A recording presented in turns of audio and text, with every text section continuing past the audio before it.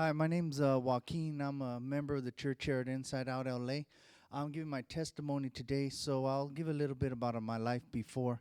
Um, I came from a very violent background. My parents are both heroin addicts. I was born with heroin in my system, so you can imagine what my life was at a young age. And eventually that led me into living on the streets, gang banging, and doing things like that. And one day, about 27 years ago, I took a man's life.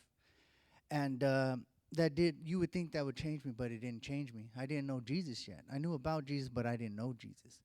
And for many years of my life, I was incarcerated. I was incarcerated for 25 years, and 17 of those years was spent in solitary confinement.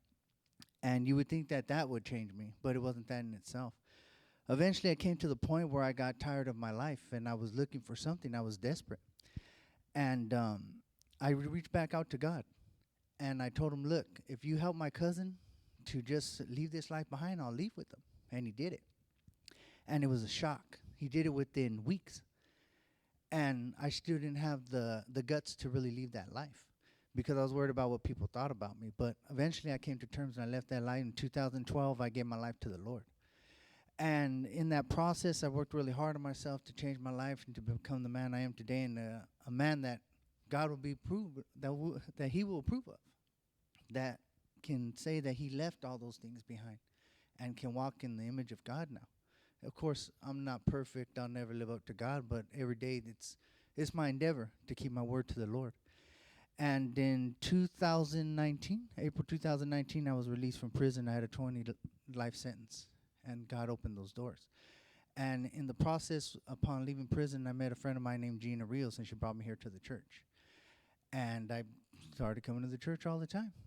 And on August 11th, I was baptized here. How I found the Lord was how most people do is when we're in dire straits, when we're looking for something.